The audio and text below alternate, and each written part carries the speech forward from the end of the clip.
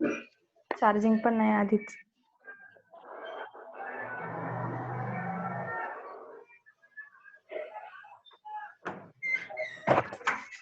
तो हम बात कर रहे थे नदर्न प्लेन की, राइट? तो नदर्न प्लेन कैसे फॉर्म हुए और वहाँ की सॉइल कैसी है, सॉइल पैटर्न कैसी है, और उसकी जो विड्थ कैसी है। जैसे हमने हिमालय की रेंज देखी, हिमालय का रॉक पैटर्न देखा, उसका जो स्प्रेडिंग है वेस्ट टू ईस्ट, वो विड्थ में कहाँ से कैसा है, और उसका डिविजनल स्टडी भी हमने देखी। तो नदर्न प्लेन में the northern plain has been form by the interplay of the 3 major rivers. ये जो नदर्न प्लेन है हमारा, जिसको हम मैदानी भाग बोलते हैं, उत्तरी मैदानी भाग, तो ये 3 मेजर रिवर्स के कारण ये क्या हुआ है, फॉर्म हुआ है। Namely Indus river, Ganga river and the Brahmaputra along with their tributaries. तो उनकी जो बाकी जो ट्रिब्यूटरीज रिवर्स है, वो रिवर्स और ये मेजर 3 रिवर, उनके कारण ये पूरा का पूरा प्लेन फॉर्म हुआ है। This plain is form of alluvial soil, और इस प्लेन में जो सॉइल पाई जाती है वो सॉइल कौन सी है, एलुवल सॉइल है। The deposition of alluvium in a vast basin line at the foothills of the Himalaya over millions of years form this fertile plain। तो यहाँ पे मिलियंस ऑफ ईयर्स की बात की है, डिपोजिशन की बात की है, और हिमालय की बात की है। तो हिमालय से, हिमालयन माउंटेन से जो रिवर ओरिजिनेट होती है, वो अपने वाटर के साथ में, फ्लोइंग वाटर के साथ में बहुत ज़्यादा अलुवियम और जो बोल्डर्स है उसको फ्लो करके लाती है डाउन वाले, मतलब मैदानी भाग में। तो उनका जो डिपोजिशनल वर्क है वो मिलियंस ऑफ ईयर्स से चल रहा था, और उसके कारण यहाँ पे क्या हुआ है, ये जो मतलब फ्लैट एरिया, जो प्लेन वाला एरिया फॉर्म हुआ है, तो इसका सबसे बड़ा कारण ये सब वेदरिंग फैक्टर को माना जाता है, राइट। और हम, मैंने जैसे लास्ट टाइम ये भी बताया था आपको कि यहाँ पे पहले टेथिस सी हुआ करता था, और टेथिस सी के जो सेडिमेंट्स है वो ऊपर आने के कारण वो माउंटेन रेंज फॉर्म, और उसके बाद में जो बाकी बचा कुचा जो वाटर बॉडी का एरिया था, वो बाकी सेडिमेंट्स, बोल्डर्स और अलुवियम के कारण वो भरा गया कुछ सालों के बाद में। उसको भी बहुत सारी मतलब मिलियंस ऑफ ईयर्स लगी, और उसके बाद में ये प्लेन वाला एरिया क्या हुआ, फॉर्म हुआ। और आज की भी डेट में यहाँ पे जो रिवर्स है वो हर साल फ्लड जैसी सिचुएशन यहाँ पे क्रिएट होती है, और उसके साथ में न्यू अलुवियम फ्लो होके आता है, और यहाँ पे क्या होता है, स्प्रेड होता है। तो यहाँ पे उनके एज के हिसाब से 2 टाइप की सॉइल पाई जाती है, जिसको हम बांगर भी बोलते हैं और खादर भी बोलते हैं। जो पुरानी सॉइल है वो बांगर है, और जो न्यू सॉइल है उसको खादर बोलते हैं। तो खादर फर्टाइल बहुत ज्यादा होती है, और जो बांगर है वो लेस फर्टाइल होती है। ये भी बात आपको यहाँ पे याद रखनी है, क्योंकि नदर्न प्लेन्स में इन दोनों टाइप की क्या सॉइल पाई जाती है। Spread over an area of 7 lakh square kilometre. तो ये जो नदर्न प्लेन का एरिया है वो कितने एरिया में मतलब स्प्रेड हुआ है, तो 7 लाख स्क्वायर किलोमीटर का एरिया इस प्लेन ने ऑक्युपाई करके रखा है। The plain being about 2400 kilometre long. तो इसकी लेंथ अगर देखें तो 2400 किलोमीटर जैसे हिमालय की है नहीं है, एंड 240 टू 320 किलोमीटर ब्रॉड है। ये थोड़ा कम ज्यादा ब्रॉड देखने को मिलेगा आपको इसकी लेंथ में। Is a densely populated physiographic division, और यहाँ पे सबसे ज्यादा पॉपुलेशन आपको देखने को मिलेगी, क्योंकि प्लेन वाला हिस्सा है। प्लेन वाले हिस्से में हम कम्युनिकेशन सिस्टम, ट्रांसपोर्ट सिस्टम या एग्रीकल्चर, ये सब चीजें बहुत आसानी से डेवलप कर सकते हैं। और यहाँ पे वाटर रिसोर्सेज बहुत ज्यादा पेरिनियल अवेलेबल होने के कारण ये माझ्या मागून जाऊ नको यार. ह्यूमन सेटलमेंट अरे यार तिकडून बहुत जाना आता अच्छी तरह प्लीज. से हम कर सकते हैं, right. So with a rich soil cover combined with the adequate water supply and favorable climate, it is agriculturally a very productive part of India। और इसीलिए ये सब चीजें होने के कारण हमारे इंडिया का बहुत अच्छा इसको प्रोडक्टिव एरिया बोला जाता है, क्योंकि यहाँ पे एग्रीकल्चर के लिए बहुत ज्यादा संभावना है। और आपको पता ही है, वीट के लिए, राइस के लिए, पोटैटो के लिए और बाकी चीजों के लिए एरिया बहुत फेमस है।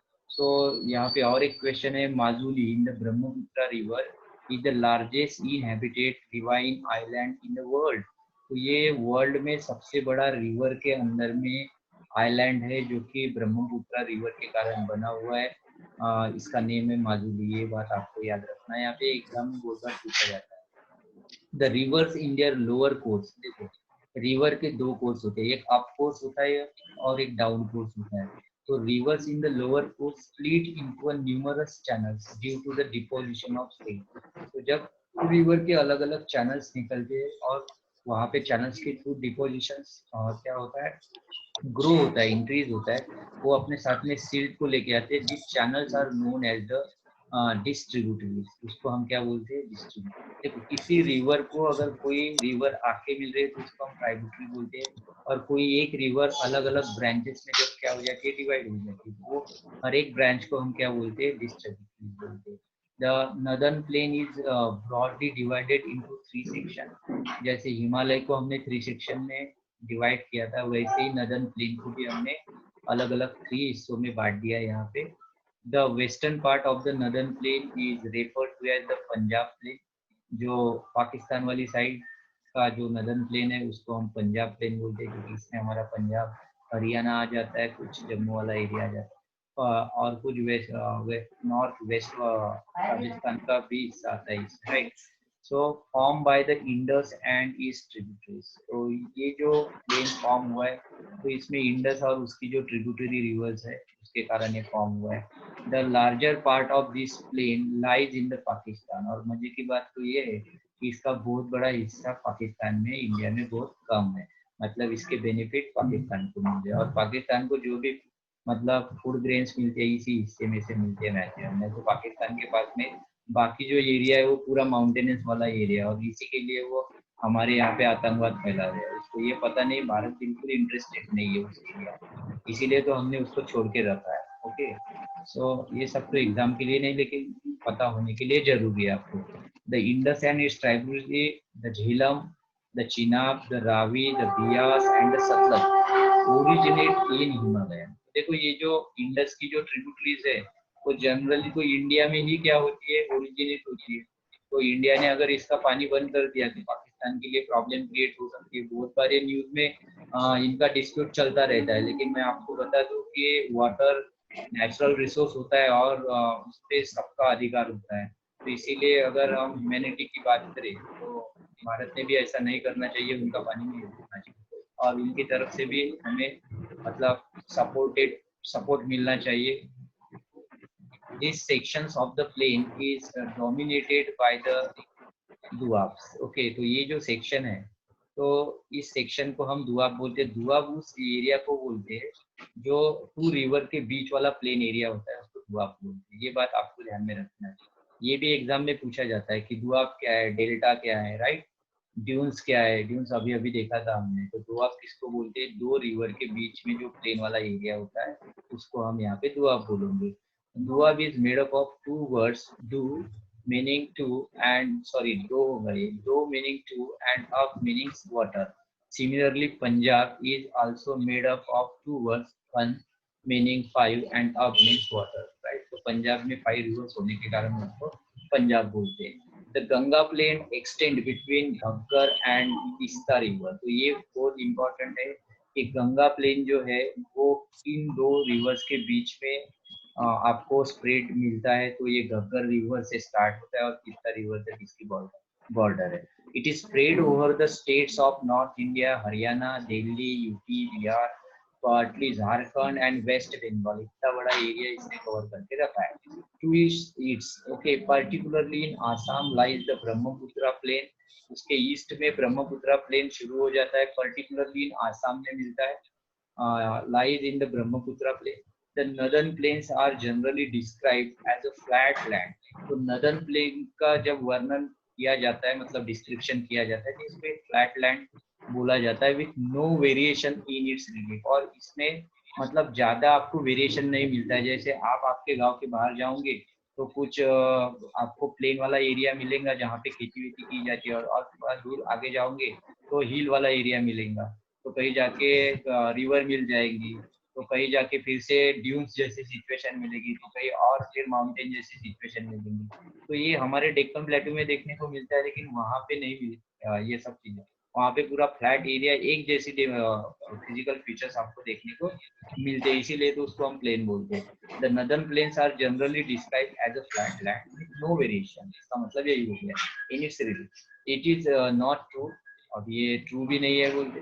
These vast plains also have diverse relief feature.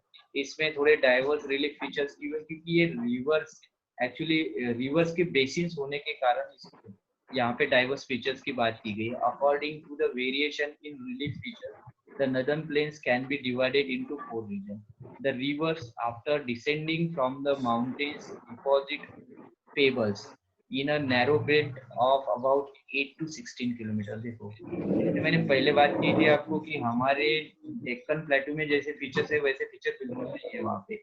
वो प्लेन एरिया भले ही है, लेकिन जब माउंटेन रेंज से रिवर नीचे उतरने लगती है, राइट, तो ये रिवर क्या करती है एक्चुअली, अपने साथ में काफी ज्यादा बोल्डर्स को क्या करती है, फ्लो करके लाती है। मान के चलो कि ये माउंटेन रेंज है, यहाँ से रिवर आएगी तो यहाँ पे बहुत ज्यादा पेबल्स मिलेंगे आपको, राइट। उसके बाद में जब ये रिवर्स यहाँ से ओरिजिनेट होगी, माउंटेन से जब ये रिवर क्या होगी, ओरिजिनेट होगी।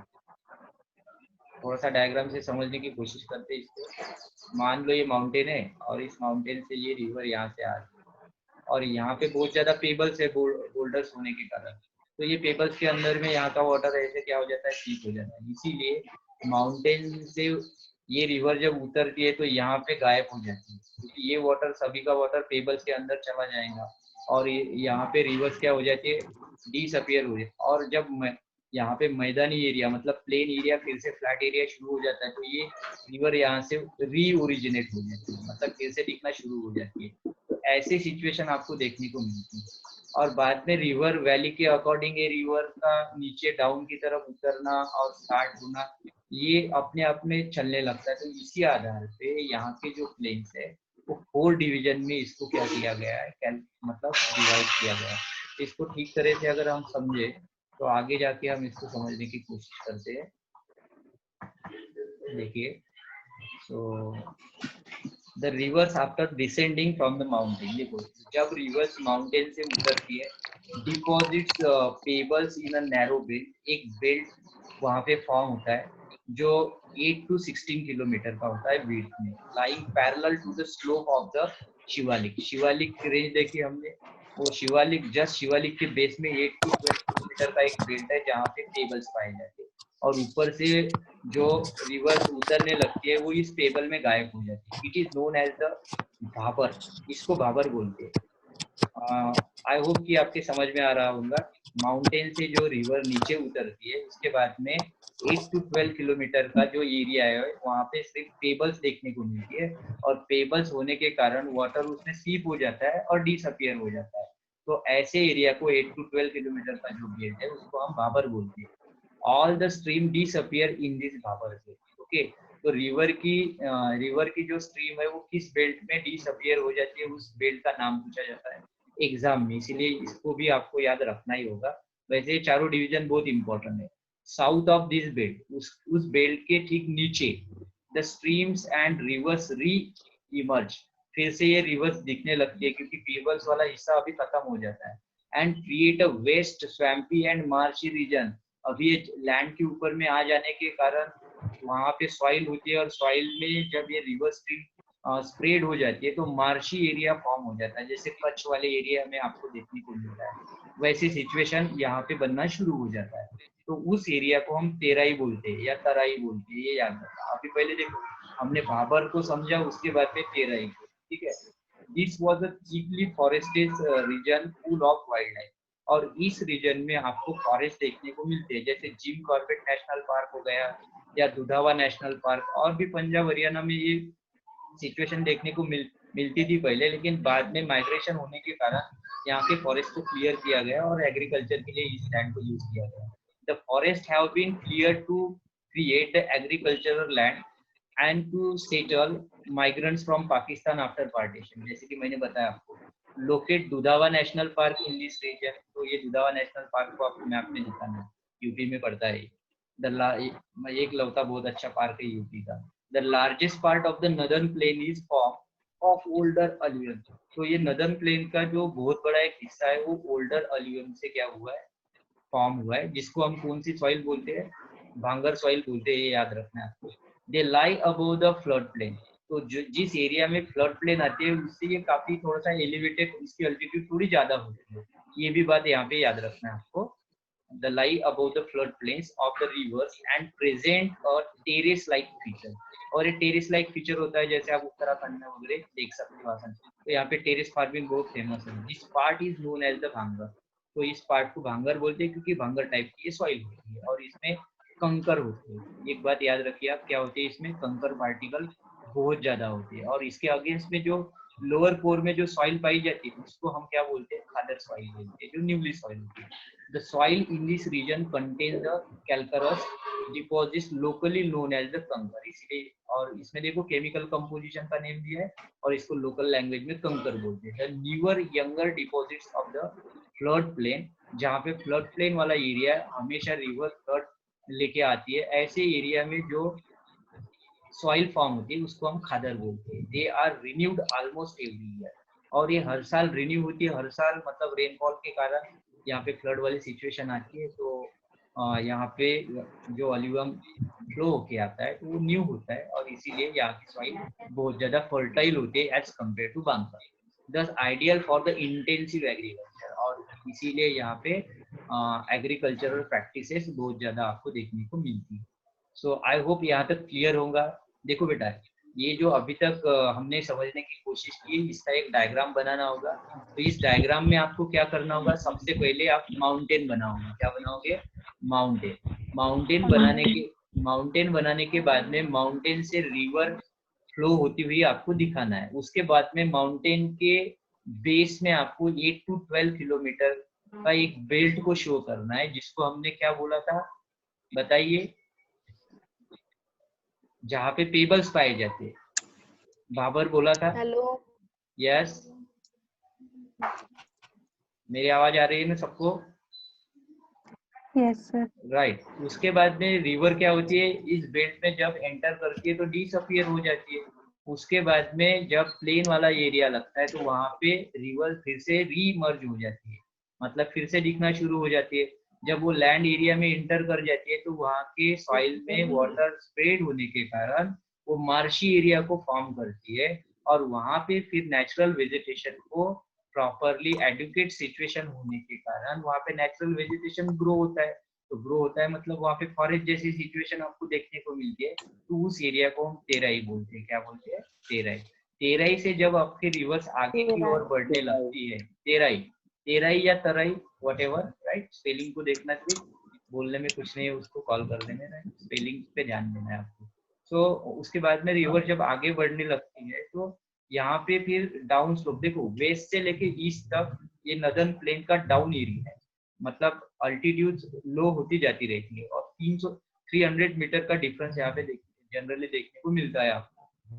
वो आगे जाके आपको ये सब, हम जब ड्रेनेज वाला चैप्टर कवर करेंगे उसमें ये सब देखने को मिलेगा आपको, राइट।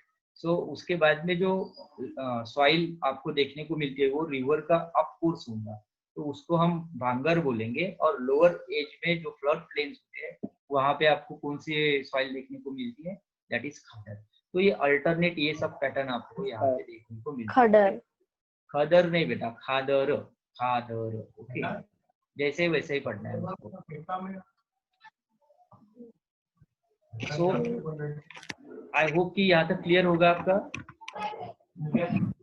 ओके, सो अभी हम सर वो कंकार का क्या है सर? वो कंकर, कंकर एक्चुअली कंकर में क्या होता है, जो बोल्डर्स वगैरह है, राइट, ये बोल्डर्स वगैरह से ये सेडिमेंट के कारण वो जो सॉइल है आवाज नहीं आ रहा सर, आवाज नहीं आ रहा। ओके सर आवाज सर नहीं आ आवाज नहीं आ रहा सर। सर आवाज नहीं आ रही। हम नेक्स्ट सर आवाज नहीं आ रहा सर, बटन बचे जैसे आवाज आ रहा। I am going to stop this, okay. हम आगे का पोर्शन कल कवर करेंगे। Yes sir.